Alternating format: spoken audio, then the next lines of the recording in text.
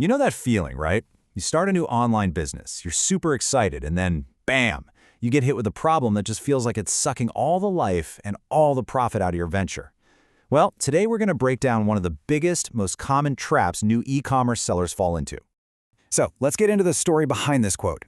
It's from a new entrepreneur who's selling photo frames online. He started with a crazy 30% return rate, worked super hard to get it down to 10%, but he still feels like his business is just sinking. It's a feeling that I'm sure is very familiar to a lot of people out there. To really understand why he's so frustrated, we have to look at the math he's dealing with. Because, on the surface, selling something for double what you paid for it sounds like a great deal. But as you'll see, the reality is a whole lot messier. Okay, so here's the quick breakdown. The photo frames cost him 300 rupees to make and pack. He sells them for 600.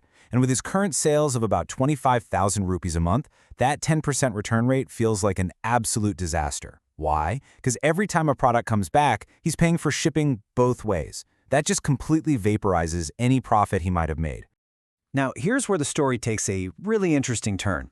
The advice he got was pretty shocking. His obsession with fixing the returns problem, it was totally and completely the wrong thing to focus on. He was fighting the wrong enemy. So here's the thing. Returns are just a cost of doing business online. It's part of the game. You can try to lower the number, sure, but you can't make it zero. And all that effort to shave a few percentage points off his return rate, it wasn't going to be the thing that saved his business. The real problem was hiding in plain sight. This really lays it all out, doesn't it? He was laser-focused on all the little things on the left, the small, annoying costs.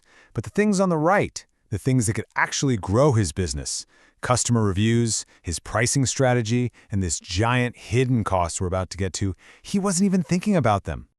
Okay, let's pull back the curtain and look at the biggest, most overlooked cost in any new business. Honestly, understanding this number changes absolutely everything. So if you do the quick math, a 10% return rate on 25,000 rupees in sales means 2,500 rupees worth of products are coming back. But here's the key. That's not his actual loss. The product is fine. He can sell it again. The real out-of-his-pocket cost is just for the shipping, which is maybe, 1,000 rupees? That's the number that was keeping him up at night. Just 1,000 rupees. And this right here is the question that changes the entire game. That 1,000 rupees he's losing on returns? It's tiny. It's a drop in the ocean compared to the value he's not creating, because his business is just stuck. And this brings us to this huge concept, opportunity cost. It's not about the money you're spending. It's about the money you're not earning. Every month that you spend on a business that's not taking off is a month you're not earning a salary somewhere else. That's the real cost. So for our entrepreneur and his partner, what does that number look like? Well, between the two of them, they could probably be earning a combined salary of 1 lakh rupees every month. That is the true cost of their business right now. It is literally 100 times bigger than the problem he was so worried about. I mean, this chart just says it all. Look at that tiny little bar on the left. That's the 1,000 rupees from returns that he was obsessing over. And then look at the absolute skyscraper next to it. That's the 1 lakh rupees he was bleeding out every single month the business was stuck.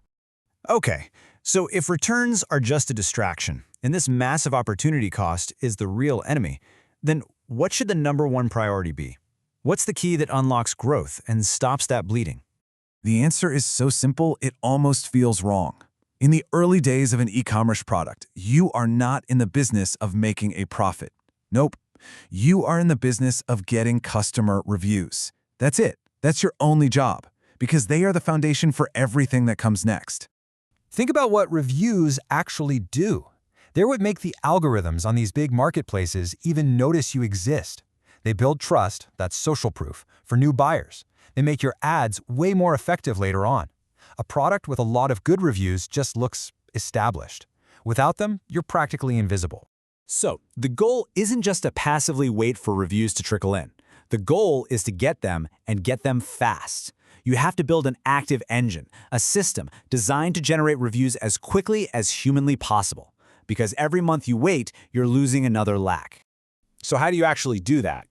Well, here is a really clever 4-step plan. First, you reach out to a customer and offer them a second similar product for free. In exchange, you ask them for an honest review. But, and this is the absolute genius part, you tell them you'll ship that free product only after the official return period is over. It's a masterstroke.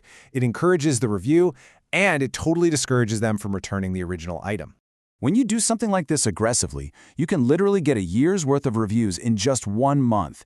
You're fast-forwarding your business's growth, and you're saving yourself 11 months of that crippling 1 lakh opportunity cost.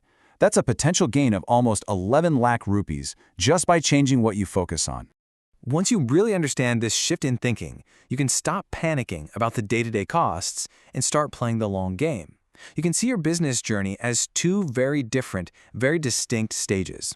Stage 1 is the investment phase. Your only goal is reviews. Your main focus is speed.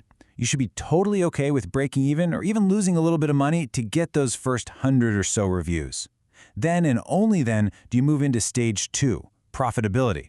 Now you can worry about margins, run ads, and really scale things up.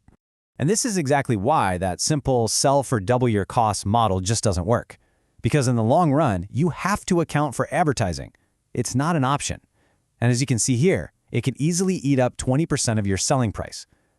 To build a real sustainable business, you have to plan for all these slices of the pie, so there's actually some profit left for you at the end. So, I guess the big takeaway is this. Stop staring at the tiny, obvious costs that are right in front of your face. Start thinking about the massive, invisible costs that are really holding you back. The most important question isn't, how can I save a few rupees on shipping today? The real question is, how can I buy back months of my life and get to a profitable business faster?